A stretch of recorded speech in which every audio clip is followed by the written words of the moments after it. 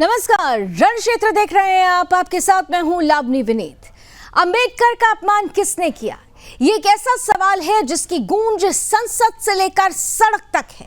ये एक ऐसा सवाल है जिसकी बात आज हर कोई कर रहा है, क्योंकि सीधे तौर पर विपक्ष ने यह आरोप लगाया है कि संविधान दिवस पर चर्चा के दौरान केंद्रीय गृह मंत्री अमित शाह ने संविधान निर्माता का अपमान किया, जबकि दूसरी तरफ बीजेपी की पूरी ब्रिगेड, खुद प्रधानमंत्री नरेंद्र मोदी ने भी विपक्ष को, खासकर कि कांग्रेस को कटघरे में खड़ा करते हुए पूछा कि ये वो इकोसिस्टम है जो कभी भी बाबा साहब अंबेडकर को सम्मान नहीं दे पाया। सहूलियत के हिसाब से उनका नाम लिया जाता है, लेकिन असल में जो उनकी विरासत थी उस पर सिर्फ सियासत हुई है। विरासत को संजोकर उन्हें सम्मान देने का काम भारतीय जनता पार्टी ने किया है।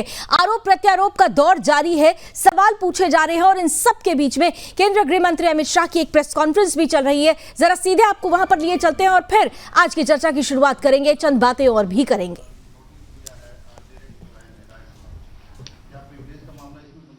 मुझे क्या मालूम, हो तो स्पीकर साहब ने तय करना पड़ेगा, सभापति जी तय करेंगे। मोहित सॉरी अमित सर, खड़गे जी ने ये भी कहा कि आपको लगातार डिफेंड किया गया था पीएम की ओर से भी इस बयान के बाद, और देश में जगह जगह लोगों में गुस्सा है।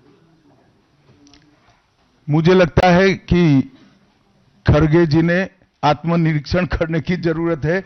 वो जो कर रहे हैं इसके प्रति गुस्सा है या मेरे बयान के प्रति, वो उनको थोड़े दिन में मालूम पड़ जाएगा। आप पूछना चाहते हैं?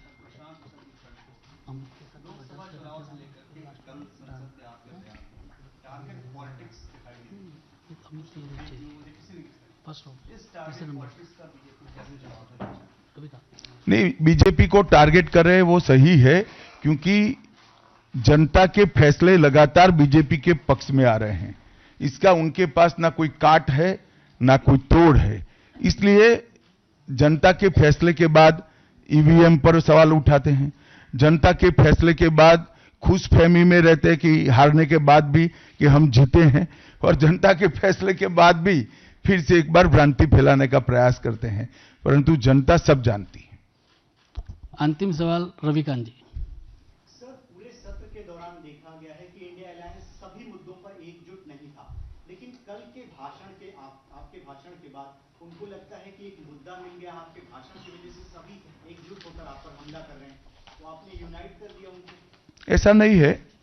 जब एक प्रकार का नैरेटिव खड़ा होने का, गलत नैरेटिव खड़ा करने का प्रयास होता है, तब शुरू में नैरेटिव गलत है या सही वो समझे बगैर काफी लोग साथ देते हैं। जब जनता का रिएक्शन आता है तब कुछ स्थिति अलग होती है। आप थोड़ी राह देखिए। आप सभी मीडिया के साथियों का बहुत बहुत धन्यवाद। आप सब बहुत कम समय में आए, आपका आभार। धन्यवाद। तो बाबा साहब अंबेडकर को लेकर जिस तरीके से आरोप प्रत्यारोप का दौर शुरू हुआ, संविधान दिवस पर केंद्रीय गृह मंत्री अमित शाह ने अंबेडकर की विरासत को लेकर जो बातें कही, कांग्रेस से उनसे इनकैश कराने की कोशिश की। सीधे तौर पर यह कहा जाने लगा कि उन्हें इस्तीफा देना चाहिए, बर्खास्त करना चाहिए प्रधानमंत्री मोदी को, केंद्रीय मंत्री अमित शाह को, क्योंकि उन्होंने संविधान निर्माता का, बाबा साहब अंबेडकर का अपमान किया है। दूसरी तरफ सीधे तौर पर बीजेपी ये कह रही है कि सम्मान जिन्होंने कभी दिया नहीं, वो अपमान की परिभाषा आज बीजेपी को समझा रहे हैं। प्रेस कॉन्फ्रेंस में ही आपने सुना कि किस तरीके से अमित शाह ये कह रहे हैं कि अगर कांग्रेस की बात की जाए तो न केवल वो अंबेडकर विरोधी हैं, बल्कि वो संविधान विरोधी हैं, आरक्षण विरोधी हैं, दलित विरोधी हैं। संविधान की प्रतियां लहरा देने से संविधान को आत्मसात करना, ये बहुत बड़ा डिफरेंस हो जाता है। कांग्रेस सिर्फ सहूलियत के लिए बाबा साहब का नाम लेती है, फायदे के लिए बाबा साहब के सम्मान की बात करती है, लेकिन असल में जो सम्मान देना था वो कांग्रेस ने नहीं दिया है। राजनीति चरम पर पहुंची। न केवल कांग्रेस पार्टी, तमाम विपक्षी दलों ने सरकार को अंबेडकर जी के नाम पर घेरना शुरू कर दिया। आम आदमी पार्टी ने भी बीजेपी मुख्यालय के सामने जबरदस्त प्रदर्शन किया, और इन सब के बीच में हर घर में चर्चा एक बात की है कि राजनीति और सियासत तो हो रही है, लेकिन असल में अंबेडकर का सम्मान किसने किया और अंबेडकर का अपमान किसने किया, इसी पर होगी चर्चा। लेकिन उससे पहले वो रिपोर्ट आपके सामने रखते हैं जो इस सियासी दौर में, इस सियासत के दौर में सबसे बड़ा केंद्र बिंदु बनी है।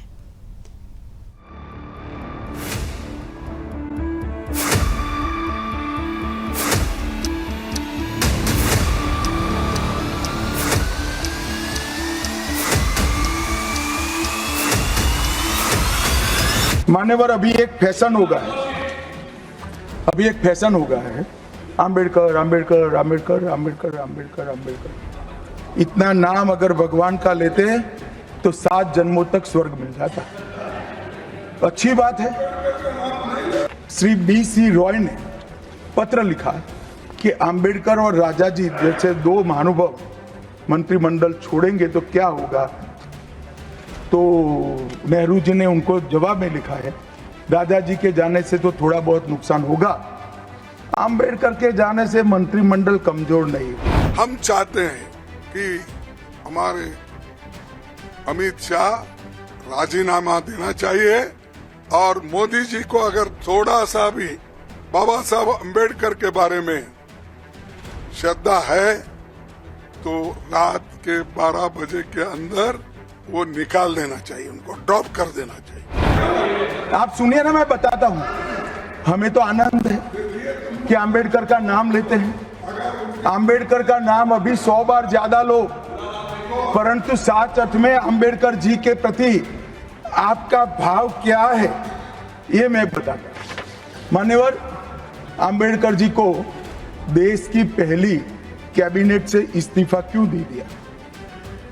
आम्बेडकर जी ने कई बार कहा कि अनुसूचित जातियों और जनजातियों से हुए व्यवहार से मैं असंतुष्ट हूं। सरकार की विदेश नीति से मैं असहमत हूं और आर्टिकल 370 से मैं असहमत हूं। इसलिए वो छोड़ना चाहते थे। उनको आश्वासन दिया गया, आश्वासन पूरा नहीं हुआ। उन्होंने इग्नोरेंस के चलते इस्तीफा दे दिया। ये बात कहकर बाबा साहब का अपमान किया, संविधान का अपमान किया और वो मंशा जो उनके दिमाग में है कि उनकी जो मनुस्मृति की आइडियोलॉजी है वो और आरएसएस की आइडियोलॉजी जो है वो दर्शाता है कि वो खुद वो बाबा साहब अम्बेडकर के संविधान को रेस्पेक्ट नहीं देना चाहते हैं। मान्यवर, ये विचार जो खड़गे जी कह रहे हैं ना, क्या आपत्ति है? जिसका विरोध करते हो उसका वोट के लिए नाम देना कितना उचित है? क्योंकि अब अंबेडकर जी को मानने वाले पर्याप्त संख्या में आ गए हैं, इसलिए आप अंबेडकर अंबेडकर कर रहे हो। मान्यवर, मुंबई के मेयर ने एक पत्र लिखा था कि मऊ में अंबेडकर जी का स्मारक बनाना चाहिए। मऊ में जो अंबेडकर जी का जन्म स्थान था, सुझाव लिखा। उन्होंने कहा आमतौर पर स्मारक निजी पहल से बनाने चाहिए। यदि सरकार किसी प्रकार की सहायता करती है तो वो उचित नहीं होगा। उनके कितने स्मारक बने साहब? कोई स्मारक अंबेडकर जी का नहीं बना, देश भर में नहीं बना। अंबेडकर जी के स्मारक कब बने? जब भारतीय जनता पार्टी सत्ता में आई तब। ये कॉन्स्टिट्यूशन के खिलाफ है। ये इन्होंने कहा, ये पहले ही कह रहे थे कि कॉन्स्टिट्यूशन को हम चेंज करेंगे। ये इसके खिलाफ हैं, अंबेडकर जी के खिलाफ हैं, उनकी विचारधारा के खिलाफ हैं। इनका पूरा का पूरा काम अंबेडकर जी ने जो किया और जो कॉन्स्टिट्यूशन है उसको खत्म करने का है, तो सब पूरा देश जानता है। अम्बेडकर जी का कैसा अपमान किया और बाबा साहब को जीते जी और बाबा साहब परिनिर्वाण होने के बाद भी इतने साल तक कांग्रेस पार्टी ने भारत रत्न से नहीं नवाजा गया और साथ साथ कांग्रेस पार्टी ने बाबा साहब को इंसल्ट करके 1952 में बाबा साहब को चुनाव में षड्यंत्र के तहत बाबा साहब को हराने का काम कांग्रेस पार्टी ने किया है। बाबा साहब अम्बेडकर को लेकर के जो बयान जो बोला है, इसका हम लोग कड़ा निंदा करते हैं और ये दर्शाता है कि उनकी संकीर्ण मानसिकता जो है बाबा साहब अम्बेडकर को लेकर के क्या है। उनकी बॉडी लैंग्वेज को देखिए, उनकी भाषा को देखिए, 17 सेकंड में जो है पूरी तरीके से जो है साफ पता चल जाता है कि ये लोग बाबा साहब अम्बेडकर को कितना चाहते हैं। अम्बेडकर का अपमान अगर किसी ने किया है तो कांग्रेस पार्टी ने किया है। अम्बेडकर को किसी ने जलील किया है, मंत्रिपरिषद से हटना पड़ा अम्बेडकर को नेहरू के कारण। कांग्रेस ने उनको हराया, कांग्रेस ने जघन्य अपराध किया है अंबेडकर के साथ।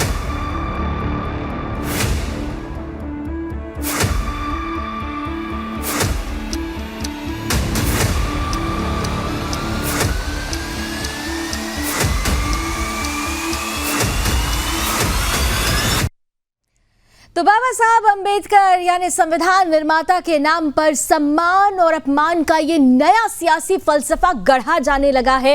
ये फसाना कहां तक जाएगा, जिसी पर हम करेंगे खुलकर बात होगी, खुलकर बहस मुबाहिस। और इसमें जो भाग लेंगे हमारे आज के अतिथि, अब करा देती हूं उनसे आपका परिचय। स्वागत करते हैं भारतीय जनता पार्टी का पक्ष रखने के लिए हमारे साथ अश्विनी शाही जी जुड़ चुके हैं। कांग्रेस का पक्ष रखेंगे चंद्रमोहन शर्मा जी, साथ ही साथ समाजवादी पार्टी से हमारे साथ राकेश प्रजापति जी हैं। इसके साथ ही साथ आम आदमी पार्टी का पक्ष रखने के लिए हमारे साथ रमाकांत जी जुड़ चुके हैं, रमाकांत पटेल जी। साथ ही साथ मुस्लिम स्कॉलर डॉक्टर रिजवी भी, डॉक्टर मुमताज रिजवी भी हमारे साथ जुड़ चुके हैं। और हमारे साथ अधिवक्ता तनुज दीक्षित हैं, जो एक पॉलिटिकल एक्सपर्ट भी हैं, हमारे साथ पॉलिटिकल एक्सपर्ट्स के रूप में जुड़े हुए हैं। आप सभी का बहुत बहुत स्वागत। और शुरुआत आज चंद्रमोहन जी आपके साथ करना चाहती हूं, क्योंकि अभी थोड़ी देर पहले ही आपने देखा प्रेस कॉन्फ्रेंस की गई अमित शाह जी की तरफ से, और उन्होंने स्पष्ट रूप से कह दिया कि मैं तो सपने में भी नहीं सोच सकता हूं कि बाबा साहब का अपमान किया जाए, मैं सपने में भी उनका अपमान नहीं कर सकता। दरअसल ये वो नैरेटिव है जो कांग्रेस गढ़ना चाहती है। कांग्रेस संविधान विरोधी है, अंबेडकर विरोधी है, दलित विरोधी है, आरक्षण विरोधी है। बड़ा आरोप। तब नहीं आया करते जब कभी अपने से गलती हो जाए। सपने तब आया जाता है जब कभी किसी के साथ बदसलूकी करी जाए। तो आज भारतीय जनता पार्टी के नेता और गृह मंत्री ने जो अपमान संविधान के विधाता श्री बाबा साहब अंबेडकर का जो किया, वो इसके बाद भी अगर ये कहते हैं कि मैं सोच नहीं सकता हूं, तो वो एक और बड़ी गलती कर रहे हैं।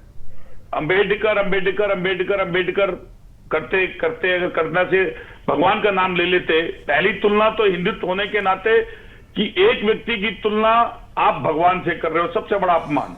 फिर उसके बाद अगर अंबेडकरवादी अपना नाम अंबेडकर को अपना नेता गुरु अपना वो मानते हैं और अंबेडकर के प्रति अपनी श्रद्धा रखते हैं, तो आप उनके प्रति इतनी घृणा करते हैं और उस घृणा में इतने घृणित हो जाते हैं कि आप ये भूल जाते हैं कि आपके ये शब्द देश के अंदर कितनी बड़ा दुर्विकरण और कितनी बड़ी एक लकीर खींच देंगे। लेकिन भारतीय जनता पार्टी के सपनों के अंदर ही देश के अंदर ऐसी तदबीर है, क्योंकि जो पार्टी जिस पार्टी के साथ जुड़ी और 50 साल तक देश के तिरंगे झंडे को अपने झंडा सर माथे ना लगा पाई हो, उनके लिए बाबा साहब अंबेडकर का प्रति श्रद्धा ना होना स्वाभाविक है। क्योंकि जब जो लोग 400 के पार का नारा लगाएं और संविधान बदलने की मंशा रखें, और जब उनको जरूरत पड़े और वो ऐसे शब्द इस्तेमाल कर ले, तो ये तो शोभा भारतीय जनता पार्टी के अंदर शोभित है। अब भारतीय जनता पार्टी को एक प्रामाणिकता देनी चाहिए, और आज देश के प्रधानमंत्री और गृह मंत्री इस बात पे मंथन करें और गृह मंत्री इस पे इस्तीफा दें और एक मिसाल साबित करें कि जिस संविधान के ऊपर देश चलता है, जो देश संविधान पे टिका हुआ है, और जिस संविधान की आज परिप्रेक्ष्य के अंदर उनके नेता जिस वक्तव्यों को इस्तेमाल करते हैं, उनसे गलती और माफी मांगे इस बात के लिए और इस्तीफा दें। चंद्रमोहन जी, पूरी धैर्यता के साथ आज आपको सुना, इस पैनल में सभी ने सुना और मैंने भी सुना, क्योंकि विपक्ष का भी अपना एक स्थान होता है और आप लोग कहते हैं विपक्ष को स्थान नहीं दिया जाता। कम से कम यहाँ पर तो सबने आपकी बात सुनी। लेकिन दो प्रश्न, तमाम जो आपने आरोप लगाए हैं इसका जवाब देने के लिए अश्विनी शाही साहब हैं, लेकिन दो प्रश्न जिसकी चर्चा हर जगह पर हो रही है। अगर आप ये कहते हैं कि आप असल में बाबा साहब का सम्मान करते हैं और बीजेपी अपमान करती है, सहूलियत की राजनीति करती है उनके नाम पर, तो इसका क्लैरिफिकेशन क्या आप दे सकते हैं कि अगर आप इतना सम्मान करते थे तो फिर आप लोगों ने भारत रत्न के लिए पहल क्यों नहीं की? अगर आप लोग इतना सम्मान करते थे तो बाबा साहब को इतना दुखी होकर कांग्रेस को क्यों छोड़ना पड़ा? क्यों जब उन्होंने कैबिनेट से इस्तीफा दिया तो उन्हें रोकने का प्रयास क्यों नहीं किया गया? ये तमाम सवाल भी पूछे जा रहे हैं आपसे चंद्रमोहन जी, और इसके बाद शाही साहब आपके पास आते हैं। मैं दे देता हूं इनका जवाब जी। देखिए, सारे गुनाह सारी गलतियां कांग्रेस की सिर माथे मान ली, लेकिन भाजपा ने क्यों गलती करी? ऐसे नेता ने क्यों गलती करी? गृह मंत्री ने उन्होंने जो गलती की उसके अभी उसकी सफाई वो देंगे ना। मेरा जो जवाब है उसका, मेरा सवाल है उसका जवाब दीजिए। सारी गलतियां मान ली, हम सारी गलतियों को सिर माथे ले रहे हैं। मतलब आप मानते हैं कि आपने बाबा साहब अंबेडकर का अपमान किया, ये आप स्वीकार करते हैं? अभी नहीं आपके शब्द अच्छा, अभी मेरे नहीं। शब्द नहीं हो सकते। अरे अभी तो आप ही तो कह रहे हैं कि आप मेरे गलती मानते हैं, तो मैं इसका मायने क्या निकालूं? मैं गलती मानने के लिए जो आरोप आप लगा रहे हैं, एक तरफ जिस तरफ आप जा रहे हैं, उसके लिए मैं कह रहा हूं कि मैंने गलती मान ली। अच्छा, क्या गलती की यही बता दीजिए मुझे, थोड़ा क्लियर कीजिए, मेरे को क्लियर कर दीजिए, हमारे दर्शकों को भी क्लियर कीजिए।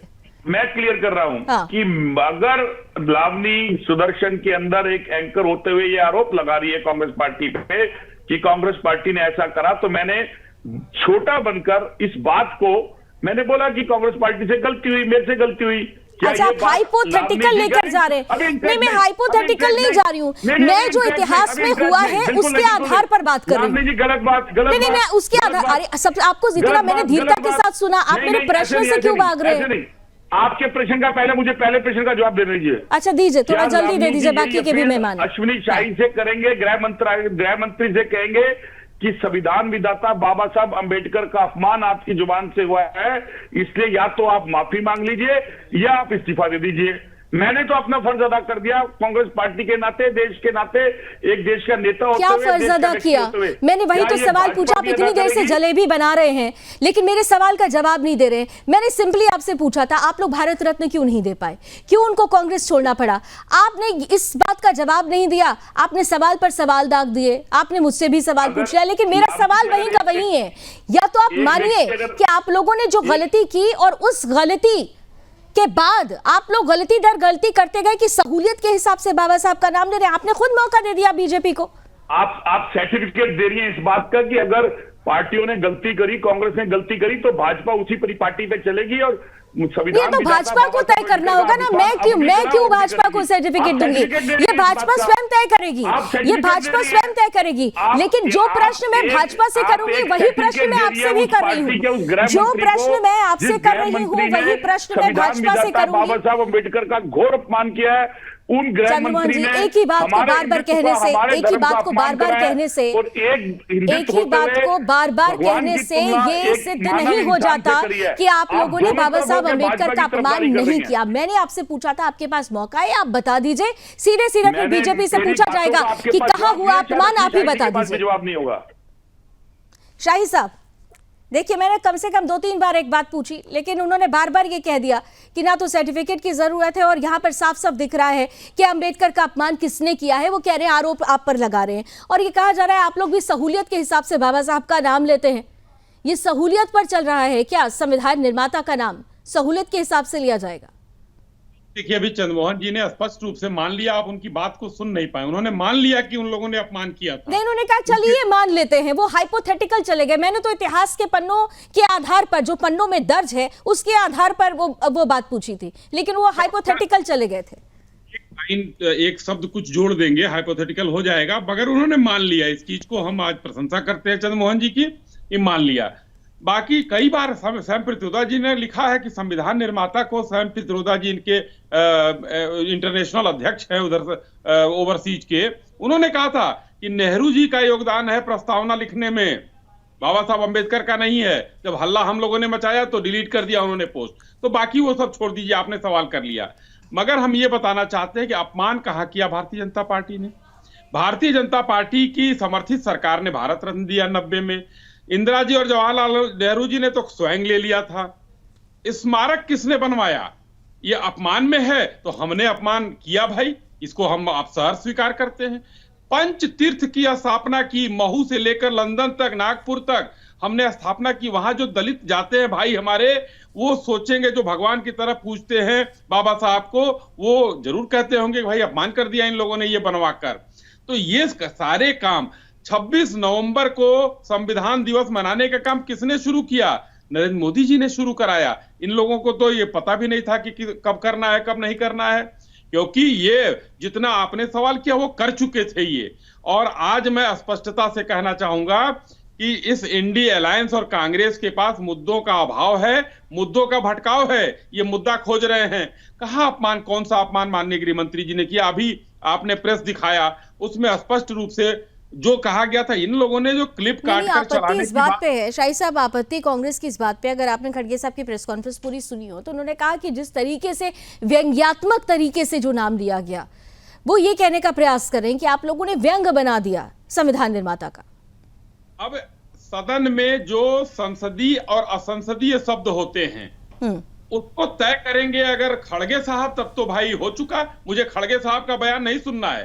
मुझे चंदमोहन जी को आमने सामने ले आइए। जी जी, मुझे देखिए लावनी जी, मुझे देश के गृह मंत्री जी का बयान सुनना है, और जो उन्होंने बयान दिया था मैंने पूरा सुना था। आज नहीं सुना, जब उन्होंने बयान दिया था पूरा भाषण हम लोगों ने सुना। 1.5-2 घंटे का भाषण था उनका, पूरा बयान सुना हम लोगों ने। कहीं कोई व्यंग नहीं था।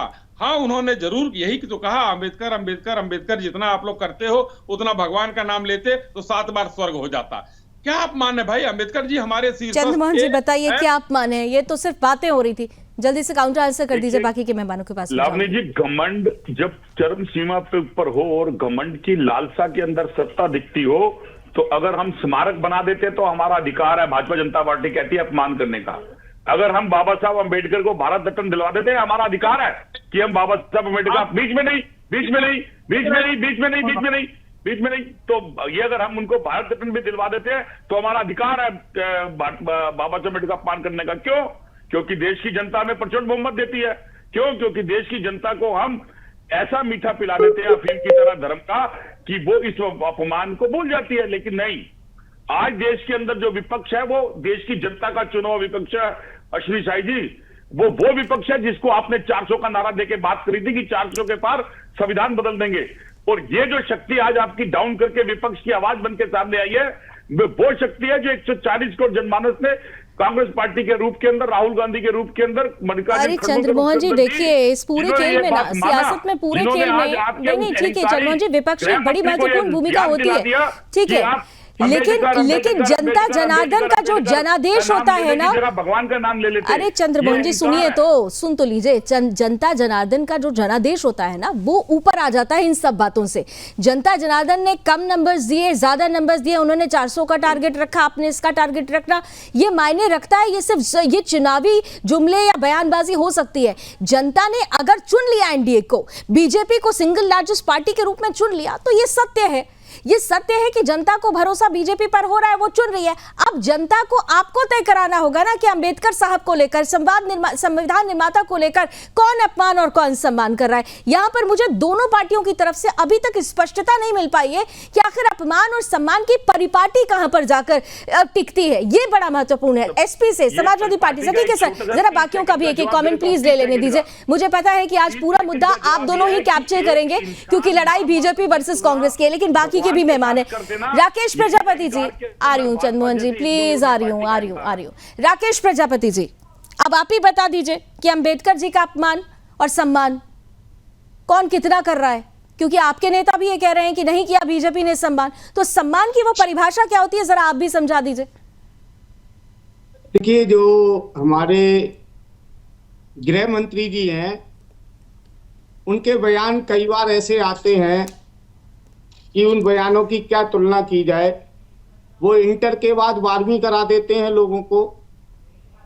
ऐसे गृह मंत्री से क्या उम्मीद की जाए जो गुजरात में 2 वर्ष के लिए स्टडी पार रहा हो। अरे अंबेडकर जी पर आइए ना, कहाँ चले जा रहे हैं आप? अंबेडकर जी पे आ रहे हैं क्योंकि बयान अमित शाह का है, इसलिए अंबेडकर पर आना पड़ेगा ना, तभी तो बताना पड़ेगा कि उन्होंने क्या किया। 2010 से 2012 के बीच में स्टडी पार रहे या नहीं रहे, सभी को पता है।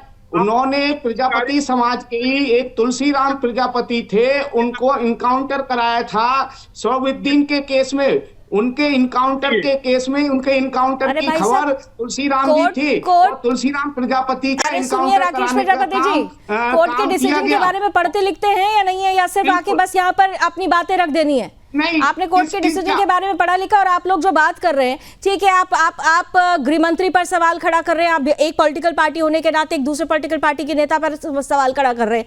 मुद्दा संविधान निर्माता का है। आपकी पार्टी जब आई थी नोएडा में, किस तरीके से एक पार्क बनवाया गया और तमाम मूर्तियों को ढकवा दिया गया था। बाबा साहब अम्बेडकर की मूर्ति को भी ढकवा दिया गया था। क्यों ढकवाया था आप लोगों ने गौतम बुद्ध नगर में? लावनी जी, भारतीय जनता पार्टी ने संविधान की किस तरीके से धज्जियां उड़ाई हैं। अरे मुझे सिर्फ ये जवाब, अभी अश्विनी जी बीच में बोल रहे हैं, देंगे जवाब। मुझे ये बता दीजिए, मूर्तियां क्यों ढकवा दी गई थी? आप लोग तो बहुत सम्मान करते हैं ना, तो फिर बाबा साहब अम्बेडकर की मूर्ति पर क्यों पर्दा डलवा दिया गया था? क्या दिक्कत थी? और जी लखनऊ में हाथ तोड़वा दिया था इनकी पार्टी ने बाबा साहब अम्बेडकर का, हाथ तोड़ दिया गया था उनकी मूर्ति का। संविधान को काम करने वाली रही है। जिस तरीके से 69,000 जी जिस तरीके बाबा साहब भीमराव अंबेडकर के संविधान की धज्जियां उड़ाई गई हैं, एनएफएस के नाम पर जिस तरीके से बाबा साहब के संविधान की धज्जियां उड़ाई गई हैं, कोलेजियम सिस्टम के आधार पर आज तक सुप्रीम कोर्ट और हाई कोर्ट में पिछड़ा, दलित और आदिवासी कितने जज हैं ये पूरा देश जानता है। सन 2018 तक एक भी विश्वविद्यालय में 40 सेंट्रल विश्वविद्यालय हैं, उन 40 विश्वविद्यालयों में एक भी प्रोफेसर नहीं बना। इस समय भी 40 सेंट्रल विश्वविद्यालय में एक भी दलित पिछड़ा जो है वाइस चांसलर नहीं है। किस तरीके से ये सारी बातें ठीक है, इसका जवाब शाही साहब दे रहे हैं, लेकिन जो मेरा सवाल था कि आप लोगों ने मूर्तियां क्यों ढकवा दी थी, इस पर क्यों नहीं आप जवाब दे पाए? मैं तो बड़ा सीधा सवाल करूंगी, राजनीतिक सवाल करते रहिए, उसका जवाब देने के लिए शाही साहब बैठे हुए हैं, वो देंगे सारा जवाब। मैं तो बहुत एक आम आदमी जानना चाहता है कि भाई आप इतना अगर सम्मान कर रहे थे तो मूर्ति ढकवाने की जरूरत ही नहीं थी। देखिए जो समय की मांग होगी, अच्छा समय की मांग, बस आ गए ना सहूलियत। यही मैं कह रही हूँ कि अम्बेडकर जी को सहूलियत के हिसाब से आप लोग, सहूलियत के हिसाब से अम्बेडकर जी का नाम लेना है, सहूलियत के हिसाब से उन पर सियासत करनी है। संविधान निर्माता के नाम पर नई सियासत शुरू हो गई है। अम्बेडकर जी की विरासत को कौन सजो कर रख रहा है, कौन इस पर सियासत कर रहा है, इसी पर हो रही है चर्चा। ब्रेक से पहले राकेश प्रजापति जी जो कह रहे थे आप सुन रहे होंगे, अश्विनी शाही साहब जवाब देना चाहेंगे, जल्दी से दे दीजिए 20 सेकेंड्स में। जी देखिए लावणी जी, समाजवादी पार्टी इन सब चीजों पर न बात करे, ये बोल गए समय के हिसाब से, समय की मांग थी, पर मूर्ति ढकवा दी। मैं कह रहा हूं उससे आगे बढ़कर लखनऊ में मूर्ति का हाथ तोड़ा गया इनके नेताओं के द्वारा। और कांग्रेस के चंद्र मोहन जी को बताना चाहूंगा 89 के पहले तक, जब तक बीपी सिंह की सरकार हमारे सहयोग नहीं आई, क्या अमित शाह ने तुलसी प्रजापति का इनकाउंटर नहीं करवाया था? क्या अमित शाह ने तुलसी प्रजापति का इनकाउंटर नहीं करवाया था?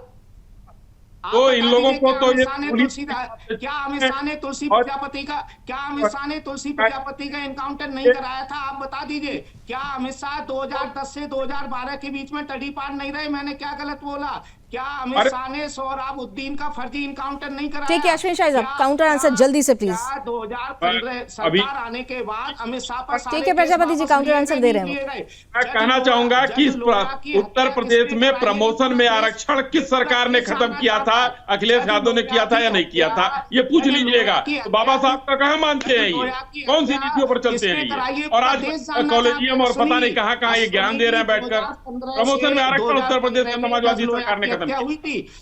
चलिए बात आरक्षण की हो, बात दलित वोटर्स की हो, ठीक है आइए जरा बाकी के 3 मेहमान भी फिर समय निकल जाएगा। रमाकांत जी भी हमारे साथ, आम आदमी पार्टी भी आज बहुत ही शक्ति के साथ उतरी है इस मुद्दे पर, और बीजेपी मुख्यालय का घेराव की भी किया गया था आज खास तौर पर। रमाकांत जी, संविधान का जिक्र हर कोई करता है और संविधान निर्माता की बात हर कोई करता है, लेकिन बात में सम्मान और अपमान की परिपाटी ये क्लियर नहीं हो पा रही है। हर कोई कह रहा है, अपने दावे हैं कि भाई सामने वाले ने अपमान किया, हमने तो सम्मान किया, लेकिन क्लैरिटी कहीं नहीं मिल पा रही है।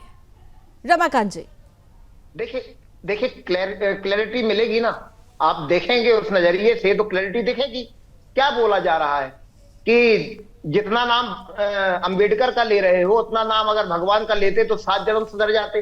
अरे मरने के बाद किसके क्या जन्म सुधरेंगे, अगला जन्म कैसा होगा वो किसने नहीं देखा, लेकिन आज करोड़ों लोगों का इस जन्म को सुधारने का काम बाबा साहब के लिखे हुए संविधान ने किया है। कौन बोल रहा है बाबा साहब के बारे में? कौन?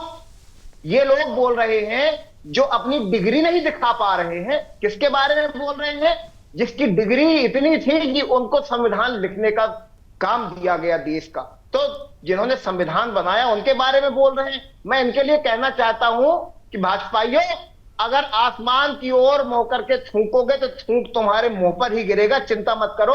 और चाहे जितना ये लोग रंग बदल ले, रूप बदल ले, लेकिन जो इनके दिल में सच्चाई होती है ना, इनके इन्हीं बयानों से सामने आ जाती है। बाबा साहब से कितनी नफरत करते हैं ये लोग, आप बतलाइए। बाबा साहब से नफरत नहीं करते क्या?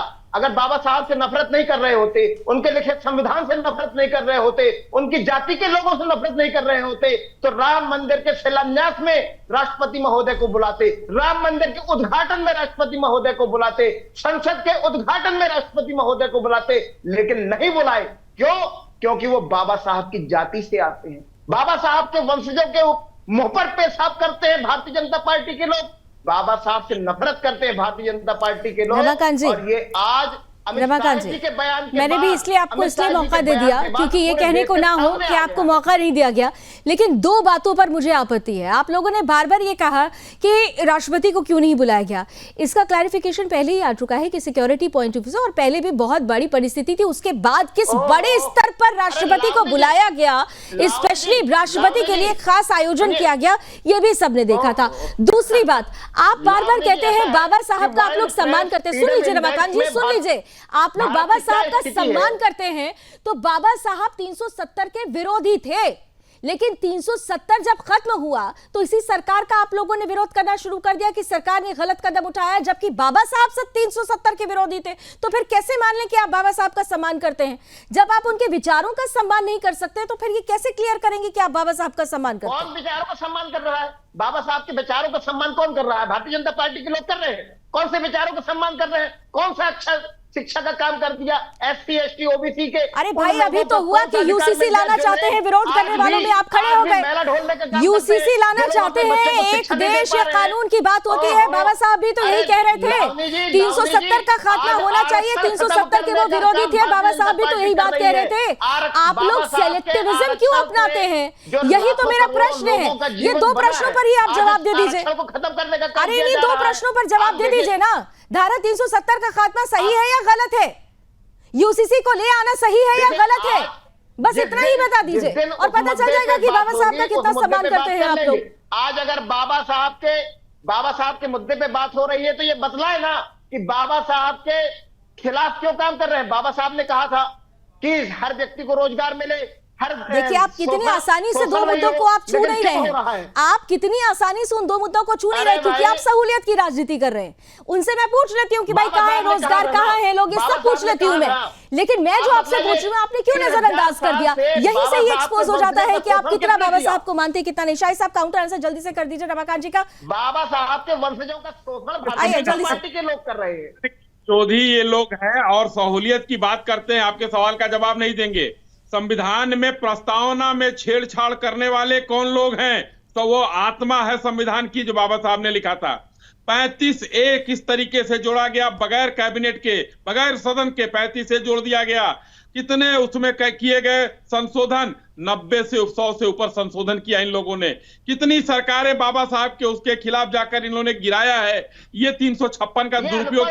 लोग पढ़े लिखे व्यक्तियों से नफरत करते हैं। मैं बता रहा हूं ना, ये अनपढ़ लोग पढ़े लिखे व्यक्तियों से नफरत करते हैं। अपनी डिग्री छुपाने वाले लोग बाबा साहब से नफरत इसलिए करते हैं कि बाबा साहब के बराबर पढ़ नहीं सकते, इसलिए बाबा साहब से नफरत करते हैं। सोच रहे हैं ये शहर, ये जो सदन है ना, सदन से बाहर होते चले जा रहे हैं। जनता ने इनका साथ छोड़ दिया है, ये सदन से बाहर हो रहे हैं, तो मुद्दे के भटकाव में है और हम देश को चलिए डॉक्टर रिजवी के पास अब चली जाती हूँ। डॉक्टर मुमताज रिजवी हैं और तनुज दीक्षित जी हैं। ठीक है, चारों पॉलिटिकल बॉडीज को डॉक्टर रिजवी ने भी सुन लिया, तनुज दीक्षित जी ने भी सुन लिया, दोनों ही मुस्कुरा रहे हैं। लेकिन डॉक्टर मुमताज रिजवी, अब आप मुझे बता दीजिए, बाबा साहब अंबेडकर की विरासत पर सियासत खूब हो रही है, अपनी अपनी हर एक पार्टी अपने अपने दावा कर रही है अपनी अपनी तरह से, लेकिन सवाल जिस का तस है, सम्मान और अपमान, उसकी परिपाटी नहीं तय हो पा रही है।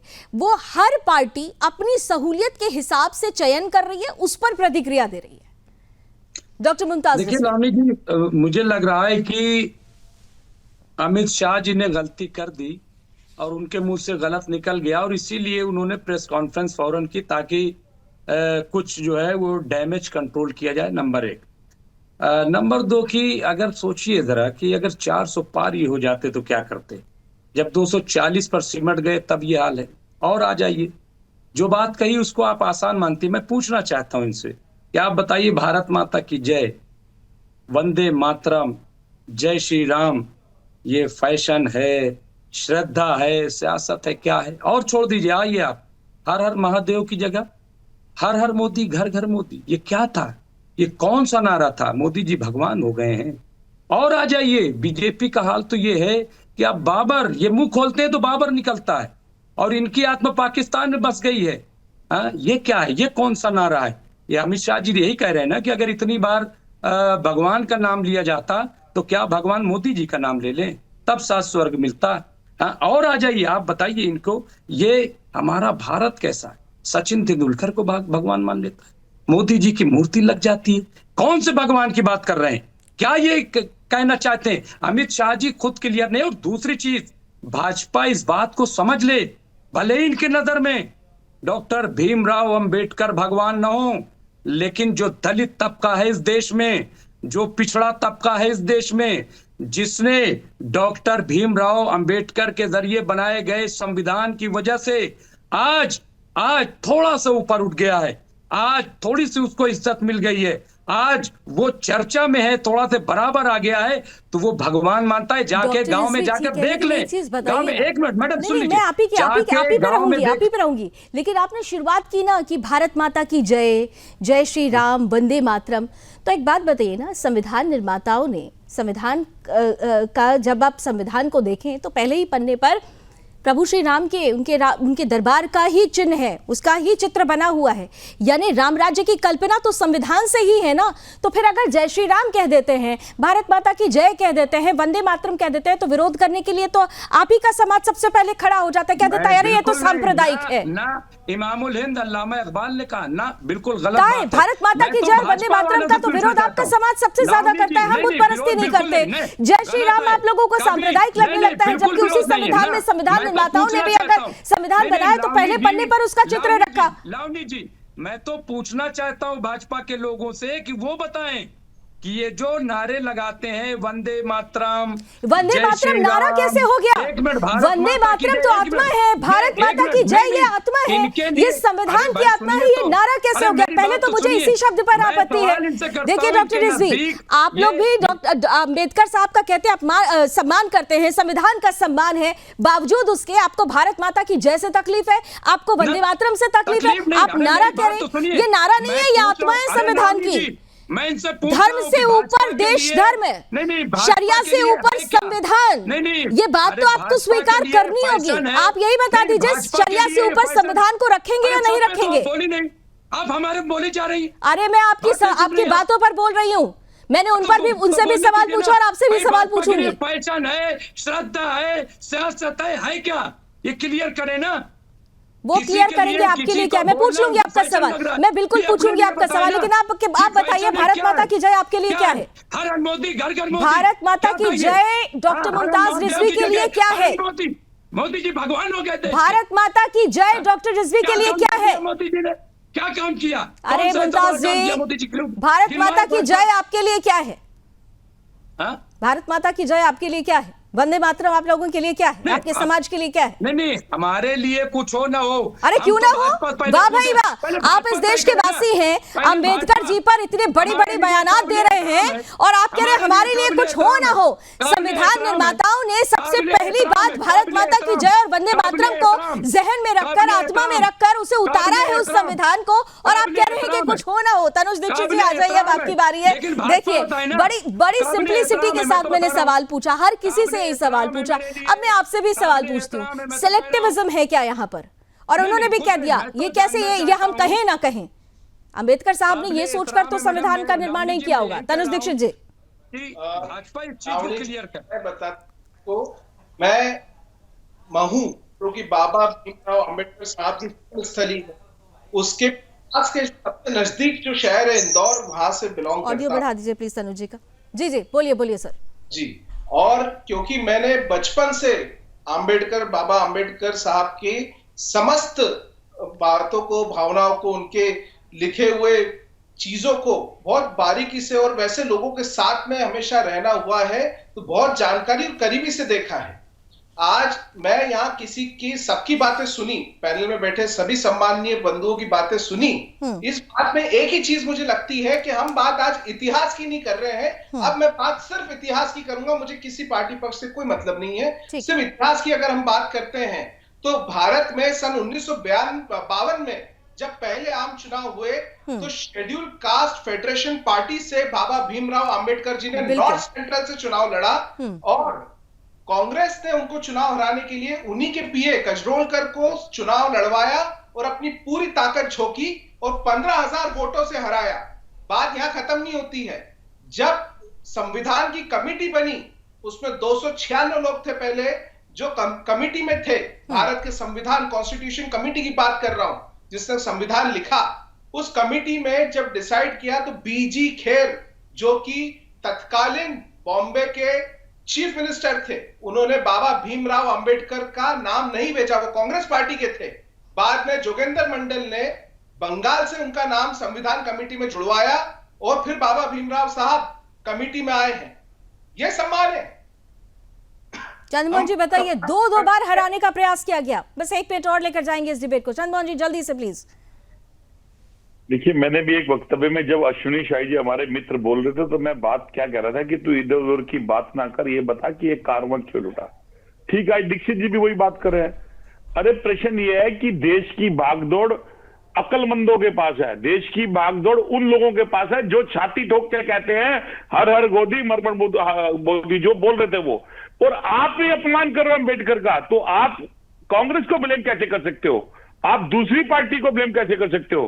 आपके रहते हुए बाबा साहब अम्बेडकर का अपमान हुआ और आप ही के गृह मंत्री ने अपमानिता की तरह ऐसे व्यंग्यात्मक शब्दों की तरह संविधान विधाता के लिए इस तरह के शब्द को इस्तेमाल नैरेटिव गढ़ा जाने लगा है। आप लोग भले ही कहें कि तथ्यों को तोड़ा मरोड़ा गया, तुलना एक महामानव के साथ मानव के साथ को तोड़ा मरोड़ा गया है। लावणी जी, कांग्रेस के कहने पर कहीं कोई जनता नहीं सुनने वाली है। कांग्रेस का चरित्र जो आप लिख रही हैं, हिंसा हिंसा और हिंसा, एकदम सत्य है। ये ट्विटर पर चल रहा है और ये लोग सिर्फ और सिर्फ, आज मैंने पहले भी कहा, मुद्दे नहीं है, तथ्य नहीं है। ठीक है, मुद्दे नहीं है, तथ्य नहीं है, लेकिन राजनीति जबरदस्त है। और बात इस बार संविधान निर्माता बाबा साहब अंबेडकर के नाम की आ चुकी है। अपमान और सम्मान का ये घमासान कहां तक जाएगा? अभी तो 20 दिसंबर तक देखते हैं कब तक नहीं चल पाएगा सदन। बाबा साहब ने कभी नहीं सोचा होगा कि सदन ऐसे रोज रोज बलि चढ़ जाएगा। उन्होंने भी सोचा होगा कि सदन में मुद्दे होंगे और संविधान को बीच में रखकर ही मुद्दे होंगे, लेकिन उन्हीं संविधान निर्माताओं पर ही अब सदन की जो कार्रवाई है वो भेंट चढ़ रही है, बलि चढ़ रही है। अब ये घमासान कहां तक जाएगा, इस पर हमारी नजर बनी रहेगी। Thank you so much gentleman, आप सभी हमारे साथ जुड़े। लेकिन एक सवाल जो मैं जनता के लिए छोड़कर जाना चाहती हूँ और इस पर आकलन जरूर कीजिएगा कि हमारी राजनीतिक पार्टियां जब मुद्दे उठाती हैं तो वहां पर बहुत चयन हो जाता है, और इस बार चयन किया गया है भीमराव अंबेडकर साहब का, हमारे संविधान निर्माता का, बाबा साहिब का। अब आप तय कीजिए कि बाबा साहिब को असली सम्मान किसने दिया और अपमान किसने किया। ट्विटर पर आप हमें अपनी राय जरूर भेजिएगा, हम उन रायों को अपने कार्यक्रम में भी शामिल करेंगे, शुमार करेंगे। फिलहाल रण क्षेत्र में आज मेरे साथ बस इतना ही। कल शाम 6 बजे फिर होगी मुलाकात। उम्मीद है अंबेडकर साहब पर ये जो सियासत शुरू हुई है वो कल तक थम जाएगी, और नहीं थमेगी तो मुद्दा फिर यही होगा। मिलेंगे एक बार फिर से एक नए डिबेट में रण क्षेत्र में कल। देश और दुनिया की तमाम खबरों के लिए आप जुड़े रहिए सुदर्शन न्यूज के साथ। जय हिंद।